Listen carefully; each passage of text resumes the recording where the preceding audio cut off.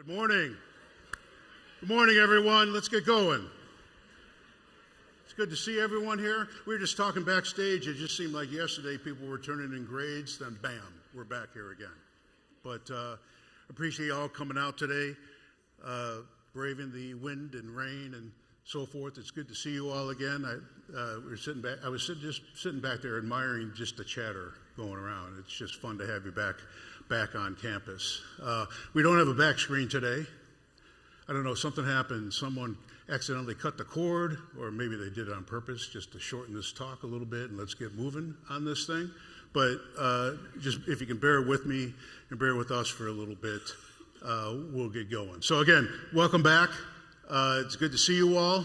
As usual, let's talk a little bit about announcements, and let's start off with the lucky draw that's going to be today.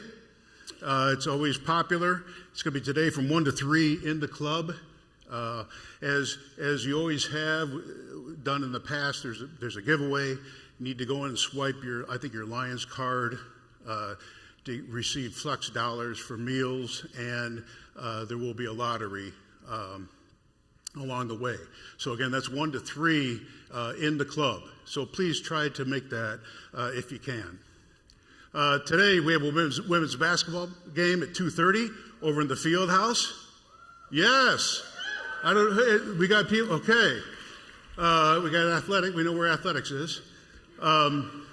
They're doing really well this year. They're right around 500. It's Faculty and Staff Appreciation Day. I hope supervisors, you can at least let your folks go over there and take a sneak peek if it makes sense to do so. I think what I'm most proud about this team is that team is carrying on average a 3.64 GPA at the university. So they're just doing really good stuff over there. That's a credit to Coach Val King, the players, of course, Jim Curry, and the entire staff over there. So congratulations. Try to make it over if you can. I have no qualms, no hesitation about asking you to do that, especially for what I still consider a student event. Here's some key dates coming up. I don't expect you to memorize these things. A couple things that I do want to mention is that on March 4th, we're going to have a giving day, and I'll get into that later on in the talk. And this other thing you'll see in April, and there's no numeric date associated with it, but a civil discourse event. And that is something that is an initiative for the regents and the chancellor.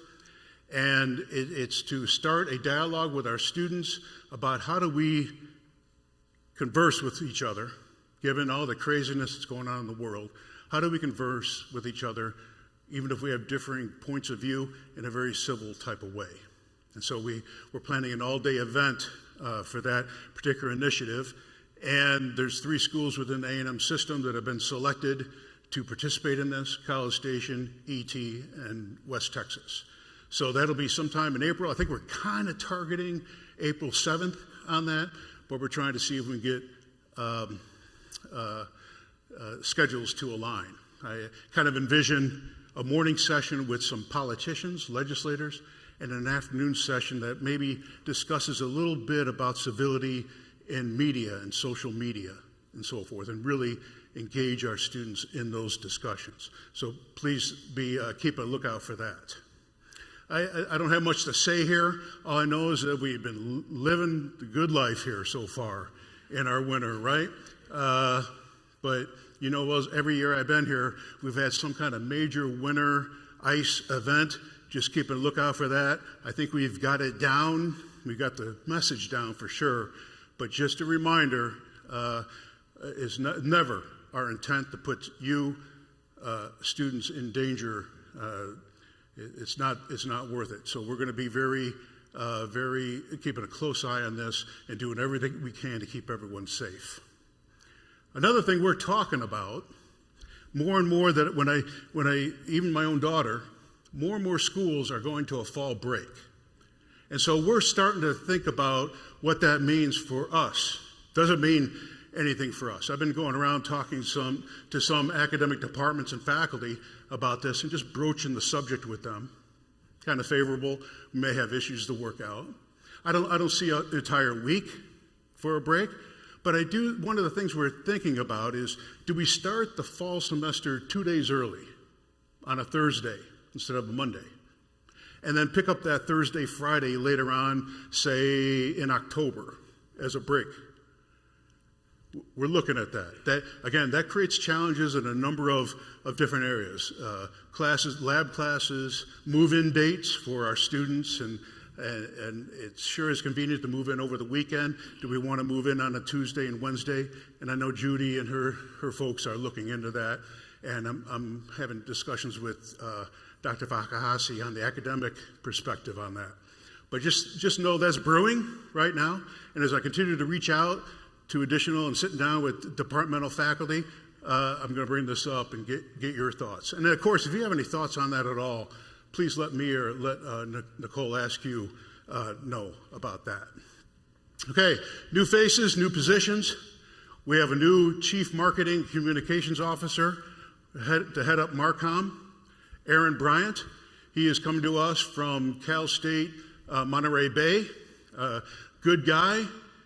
He implemented a lot of different strategies to grow enrollment, particularly graduate enrollment at Monterey Bay.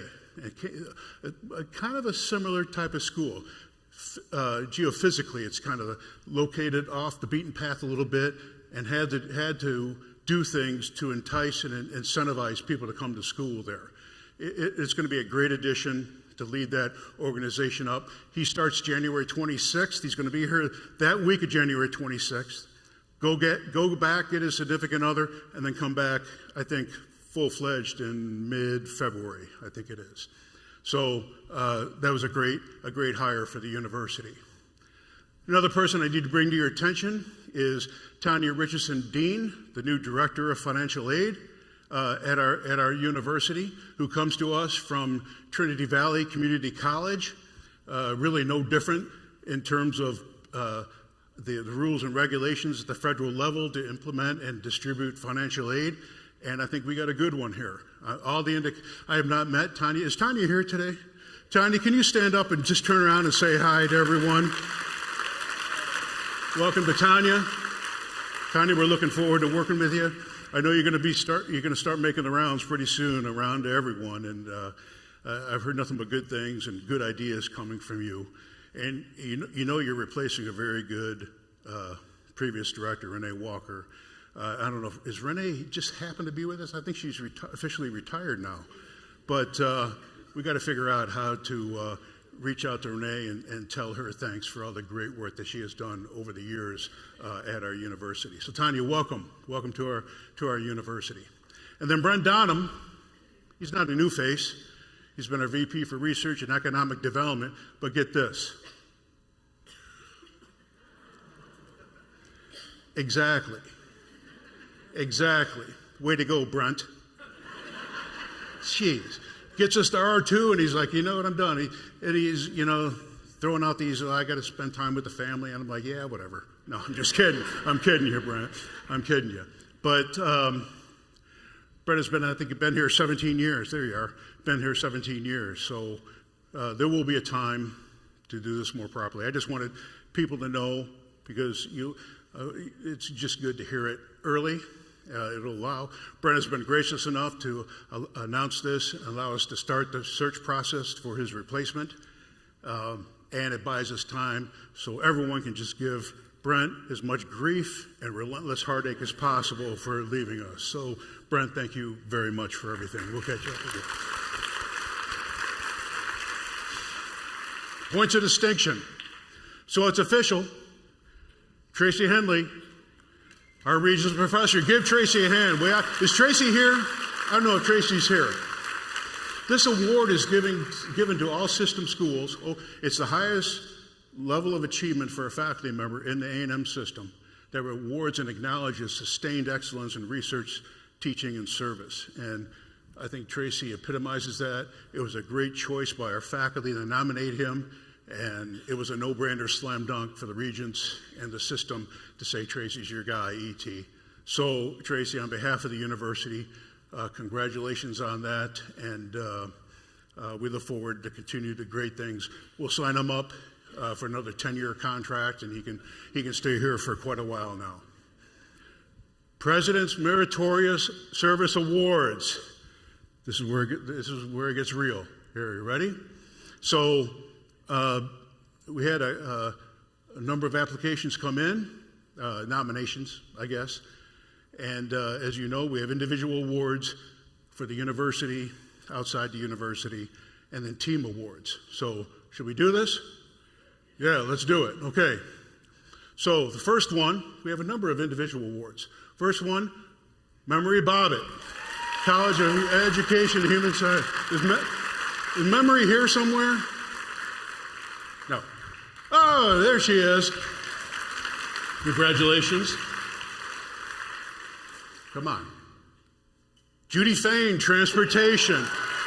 Is Judy here? Okay.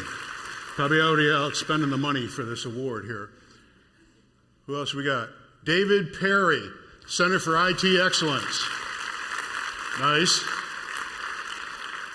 Rhiannon Smith from IT. Is Rhiannon here? Rhiannon, good job. Again, for Center for IT Excellence. And then Mark. Spell Mark. Mark, stand up, Mark. Just a wave there real quick. Mark has his posse here, so congratulations for everyone.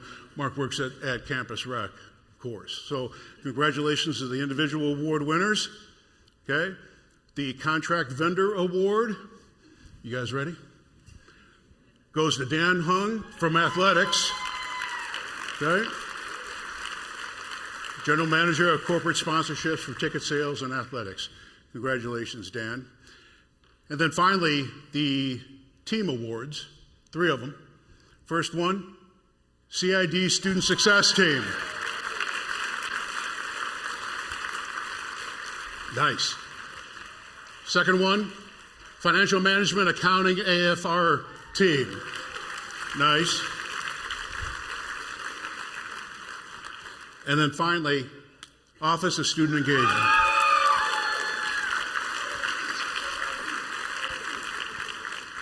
We may have to recount. This may have been in the fix all along here. I don't know. Congratulations to all of you. Well-deserved. Sometimes we just don't get the opportunity to acknowledge all the great work people are doing here, and this is just one small way that we do this. So can we hear it one more time for everyone on that list? So let's get to this, a couple odds and ends, very eclectic presentation. Okay, I don't want to spend a lot of time on all these, but I do want you to know we have some really great things going on. We have some great capability at our university, and one of them is this War Lab within HHP, led by Michael Oldham, and these guys are doing phenomenal work. And when we bring VIPs to campus, like other VPs for research and the Vice Chancellor for research, it never fails. They go, man, this has real potential here. This has real potential to be a rainmaker, moneymaker for the university. And I attribute it to all the great work that Dr. Oldham and his team and staff is doing over there. They are, really at the end of the day, they're a screening, performance-based entity that measures and screens primarily athletes and tactical initiatives, first responders, and so forth. And they are a busy group. And as you well can imagine, first responders, Border Patrol, whatever that may be, the first responders are in great need of someone assessing their physical performance and making recommendations on their physical performance. And you can see the clientele list that they have as part of that lab. Again, a constant flux of people coming in and out of there getting measurements. And again, it has gained the lab has gained additional notoriety and interest of the Defense Command, I guess. Is that right, Brent? Yeah. So good things on the horizon for that group. Dr. I thought I saw his face over. Yeah. Thank you very much for everyone and from the group, and keep on doing a great job. Thank you very much. Yes, thank you. We have an official center right now approved by the board. Every center, it's not good to have institutes and centers that are not blessed by the board. Those have very distinct meetings, centers and institutes in the system. But we got approval for a new center for competency-based education, led by Dr. Sanders and her group. And I purposely picked this picture because that's what gives the center strength. They're the people that she gets to work with every day that make that go and make us national leaders, one of the national leaders in CBE and from across the nation, and really doing a great job in helping people who may be adults, maybe already in the workforce, but are looking to pivot in their career, maybe looking to advance in their career, and there's story after story after story of the great work these folks have done to help adult learners and even young adult learners progress through their career or go through their career progression. So it's just a more comprehensive approach. Not only education, these folks will be covering, but also research and outreach and flexing a little bit of muscle, saying, hey, all things CBE run through here. And I'm being a little cocky here, but I don't want to be too cocky, but I venture to say all things CBE in the state of Texas flow through here right now. So April, congratulations on that designation. Dr. Billy Quarles recently submitted a paper that discusses the possibility of a new planet around in the habitable zone around Alpha Centauri A, one of the closest star solar system. And it is, I think, being considered right now in the Astrophysical Letters Journal, prestigious journal in that field. This was really cool. But what makes it especially cool is that when you read the article and you talk to people, Dr. Quarles is hanging around scientists from NASA Ames Research Lab, NASA Jet Propulsion Lab, doing this type of work. And these are his colleagues and collaborators of the university. So Dr. Quarles, we wish you nothing but luck to continue that progress, and we hope to have a planet named after Billy here soon. So Billy, great job on behalf of the university.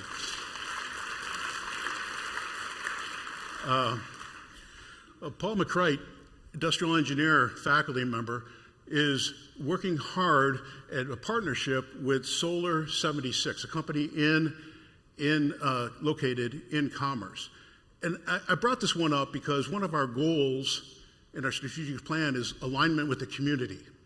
And Solar is talking to Paul about how can we get student teams engaged and helping them create and enhance efficiencies in solar inverter and battery production.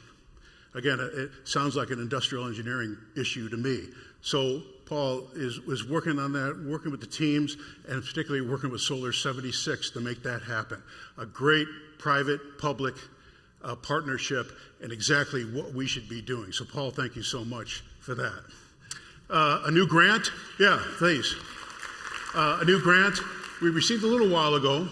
Jason Douglas was the PI on the grant. I know he had a lot of support and work with academic affairs folks, but it's a $750,000 grant to help students complete to their degree. And it's primarily targeting third and fourth year students that life happens, new costs come up, new issues come up, the lack of money comes up, and Jason and his folks have been working really hard at tapping into this fund to help those students that are so close to getting their degree to get them over the finish line.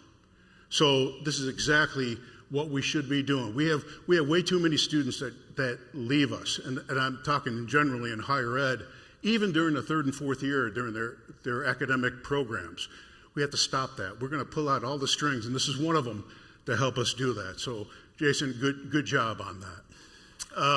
Yeah, and this leads me to a new initiative I brought up briefly at the Fall Assembly.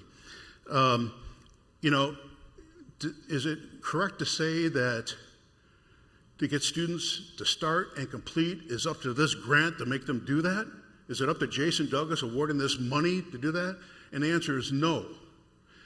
It's a comprehensive, almost a systems engineering approach, cradle to grave, even from the standpoint starting at advertising for students to come to our university, all the way to when they walk across the stage, and then career and keeping in touch with them as alums and career. Cradle to grave services.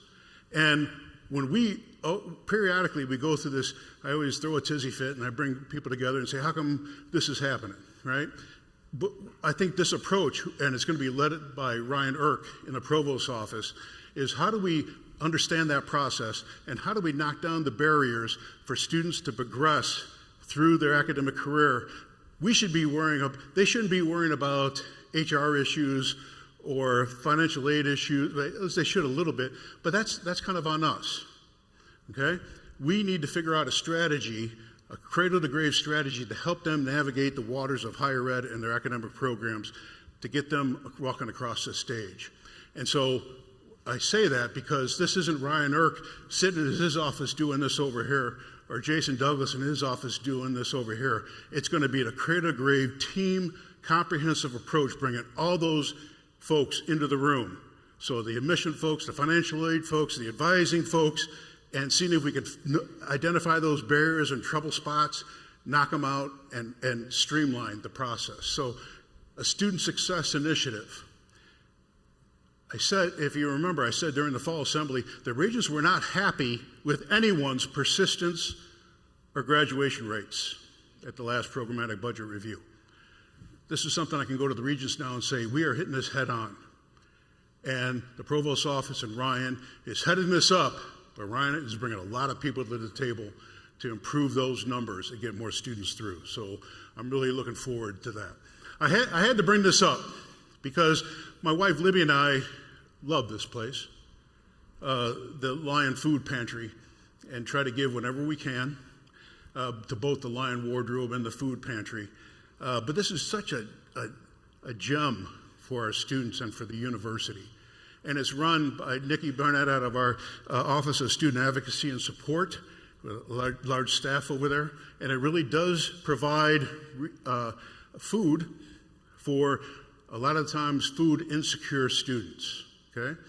And on average, this food pantry sees about 150 students per week, over 2,600 over the fall 25 semester.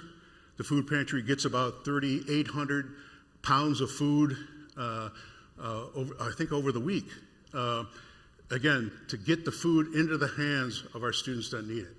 And the Lion Wardrobe is a place where students can come if they have an interview or they need to dress to impress. They can come there and see, if they don't have the resources, to come there and see if they can get outfitted in that space. And just as a side note, I heard through the grapevine that they are in desperate need of larger men's and women's suits, dress socks, and men's shoes. So if you can, as you leave this place today, if you can think of an impact you can make, please think about that. It is an incredibly important and valued resource for our students and well utilized. So Nikki and group, thank you so much for everything you're doing. Keep up the good work. So I promised I'd come back to March 4th, Giving Day. It'll be start at noon on March 4th and go for 1,889 minutes to represent our past. And I purposely carved out a little bit of time to talk about this. Not a lot, but a little bit of time to talk about this. I know that we don't pay everyone in this room enough money, okay? And at the same time, I'm coming back to you and saying, please give to the university what you can, okay? Your dollar goes so far here, it positively impacts our students. I got to figure out a way to get the students that your dollar impacts in front of you so you can see those that give to the university what that really means in the life of transforming our students. And so we have always had a faculty and staff giving campaign, but we have a new name for it now, Lions for Lions. And it's not going to be me pushing this. We decided to take the approach of let's put together a team of faculty and staff, and let's make this peer-to-peer discussion, peer-to-peer interaction, peer-to-peer appeal to raise the giving level at our university. And I purposely have invited a couple people to spend just a minute or two walk out here and tell you a little bit about what the whole program is about, maybe share a short story about them, and I'll turn it over to them. So I'd like to invite Brittany Yeager and Dr. Peter Moeller to come on out. Can you guys come out? Can you help me welcome them here? It's all yours, you guys. All yours. Good morning, everyone. You guys hear me okay? My name is Brittany Yeager, and I am part of the Lines for Lines initiative, and Dr. Perry Moeller, we both are. And I'm going to share a little bit about my story today and why I am a supporter of this initiative. So like so many of you, I was a first-generation college student who came here from modest upbringing and didn't know much about college at all. Definitely didn't know that I could do things like undergraduate research or graduate with honors distinction. Didn't know that was a thing students can do, even though I went on to do those things eventually. And fast forward 20 years, I'm now an assistant dean of both of those things, which is really cool because of the experiences and opportunities that the university has presented to me. And so for me, East Texas A&M means upward social mobility and transforming lives like we all do. And so that's why I have been a supporter of this initiative, which was formerly Bridge Builders. Some of you may be a part of that or have heard of it. And I'll continue to support this initiative because everything that we do, from our actions to the finances that we give back to the university, supports student success. And so I hope that you guys will, if you haven't already, join this initiative so that we can all continue to transform lives together, and we can begin to show students some of those experiences and help them find a life that they didn't know was possible, just like I did 20 years ago when I started school here. So thank you. All right, so now we'll begin lecturing engineering. So I need you to turn ENGR 113. All right, so no pun intended on that one. My name is Perry. I think I know just about everybody in here, so welcome. I'll keep this very short. Students are the main reason why we're here. Most of us work in a classroom or some facility with students, and we see how students, or kids as I call them, come through scared, nervous, shaking, and then over the course of their career here as students, they leave and become professionals and go out and make life-changing organizations and have very successful careers. I've benefited from faculty support and staff, I get my words all mixed up here. Staff and faculty support over the years via student organizations, clubs, opportunities, scholarships. That helped transform my life over the career from working offshore oil to now coming back here at East Texas A&M. One of the other good things is by having you guys and gals help students out, it transforms their lives moving forward, and we benefit that from our community. So that's what I'd like to say. Thank you, Dr. Rudin, for allowing us to talk, and for the rest of everybody, thank you for staff and faculty administration. Thank you for all your support you do for the students. Thank you. Thank you. Thank you so much. I appreciate it. Thanks, you guys. Thanks. Good seeing you. No problem, sir. Have a good day. Thank you. Thank you. Perry, Brittany, thank you so much. This is important. When you take a look at our giving over last couple of years, faculty and staff and retiree, we just did not have a good fiscal year 25 in terms of giving, of assembling the committee and having the committee members come out and talk to you. We already had, I think, Brittany and I forgot who else came and talked to the executive team, but we expect that they're going to make the rounds around campus and start this dialogue in anticipation of giving. I know that the date of Giving Day is March 4th, but my understanding from talking to Devin is that any gift given between February 1st and March 4th will be counted towards the Giving Day total. So please just consider that. Okay, notes on the budget. You always have to have a notes on the budget slide, right? 6th straight year of no tuition and academic fee increases. This is not doing us any favor, okay? And I'm kind of torn. I hope Tina's not listening to this. I'm kind of torn because we do have students that struggle mightily meeting tuition and fees and so forth. We're feeling the pinch. A lot of schools are feeling the pinch because of this, because this could have been millions of dollars into the coffers at the university if they allowed us to even increase modestly tuition. But that's where we find ourselves. Other things that we said before, set aside money for scholarships. We have always given support to athletics, particularly for scholarships in athletics. The merit, we made a decision about this time last year, I guess, maybe a little bit later, that we had, merit is always good to give permanently, okay, permanent money. We decided to go whatever we had and give it to the campus at a 2% plus whatever it turned out to be. This year, for fall 26, we're seriously considering doing a one-time merit, just given all the financial constraints of the university and making sure that we balance rewarding people with the financial health of the university.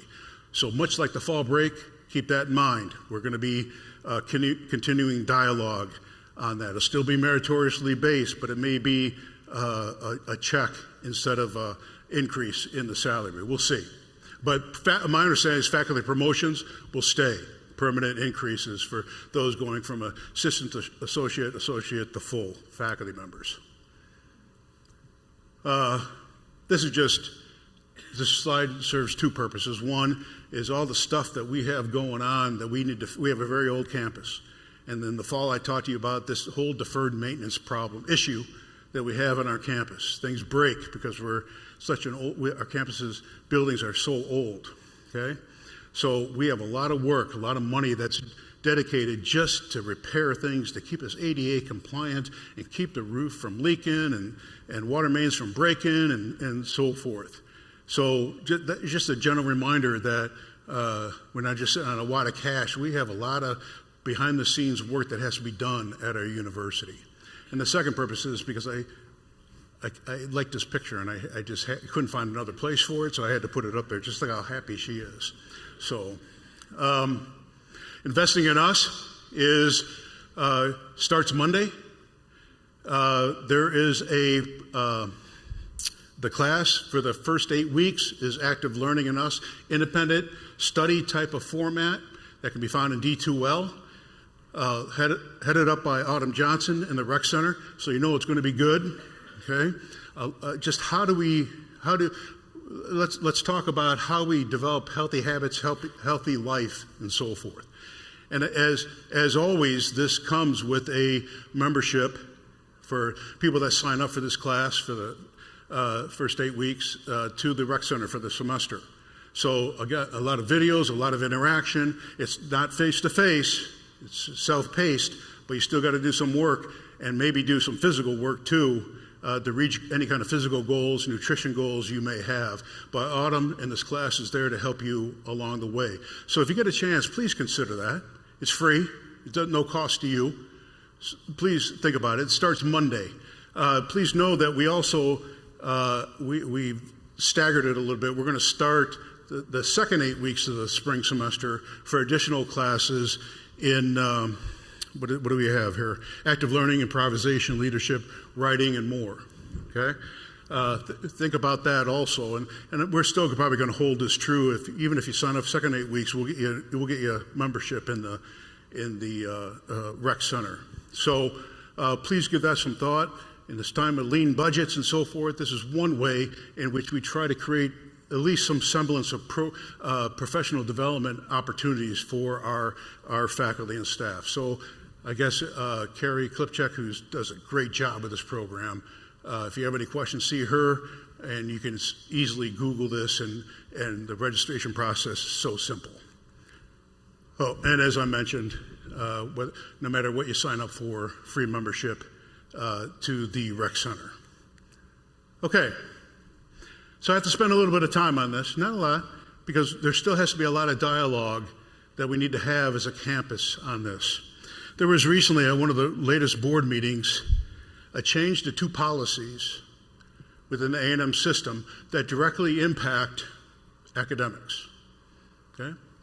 The first one is 8.01 that says It prohibits courses that advocate certain topics unless approved by advance by the president. When I first saw that, I was like, it wasn't like, oh, yay, this is going to be great, right? But this is what the regents approved, okay?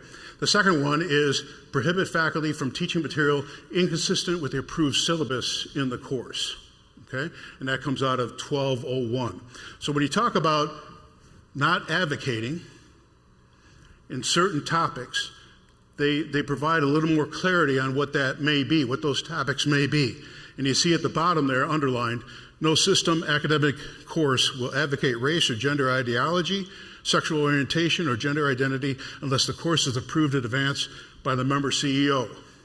Again, yay for that, okay? So the Regents got a lot of blowback, and there's still a lot of discussion going on about this change in policy. And one of the things that I want to do, and we recently established a faculty advisory group, I really want to drill down on this. What is the difference between advocacy and instruction? Okay? I need help. I need help in that discussion, okay? Because, again, there's a thing called academic freedom that we have to figure out and navigate those waters, right? Now, people will say that academic freedom gives you carte blanche in the classroom to do whatever you want to do, everyone stay out of my way. I don't think that's what it says. The example that's always brought up at the Regents meeting is along the lines of you have a syllabus that outlines the course, and if you have a math course and you're teaching critical race theory in the math class, is that topic appropriate or not? Okay? And I'll take the College Station example of a children's literature class and turn it on its head a little bit.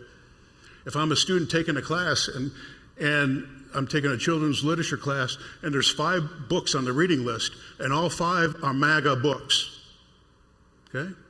Do I start thinking about, is this a children's literature class or is this person pushing MAGA on me? Okay? I'm not saying right or wrong. I'm just saying these are realizations and discussions we need to have, okay? And so if you go, that's for the advocacy. For the making sure the syllabus is consistent with the material, it says a faculty member should not introduce a controversial topic that has no relation to the classroom subject. That's kind of my CRT math example. Or teach material that is inconsistent with the approved syllabus for the course. Okay? Now, again, when this was brought up at the board meeting, I think there were some people that just went off the deep end, and during the public comment period, some faculty came up and said, you tell me I can't even teach the Holocaust anymore.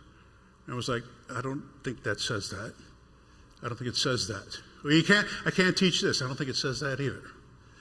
Okay? All they're saying is if a student is look at the syllabus, which is kind of a contract for the class, and you're telling what the student to expect, okay? No surprises. Probably shouldn't be any surprises in there, okay? Now, to be safe on that, or let me say this, the regents are interested in creating a process by which we can assess which classes may be highlighted and create a list of these classes. No one likes a list of classes. Or no one likes a list list that they find their class on. But what they're going to do, and it's already started in the system office, is they're collecting information, syllabi, and Lene Dunlop, Dean of Libraries, has been helping us out doing this, doing a great job, providing that, and then running these syllabi through some kind of AI program that may flag a course, okay? And creating a list that then comes back and creates that list and comes back to me as a list of classes, hey, Mark, take a look at these. Now, as I stand here and talk to you, I'd be disappointed if we had classes that had no mention of LGBTQ, of race, identity, whatever that may be. I think the regents know that it's pretty naive to think that a student that comes out of ET or any school that those subjects have not even been broached with a student, that sets them at a disadvantage when they graduate from this university. Okay? So I got to be honest with you, I'll be disappointed if we come up with, we don't have a list, or we have a list that that doesn't have any of these words. We need to have that dialogue, particularly in those areas of social work and counseling and those kind of areas where we're sending people out into the workforce. They have to deal with people that don't look like them all the time and have different issues and different considerations.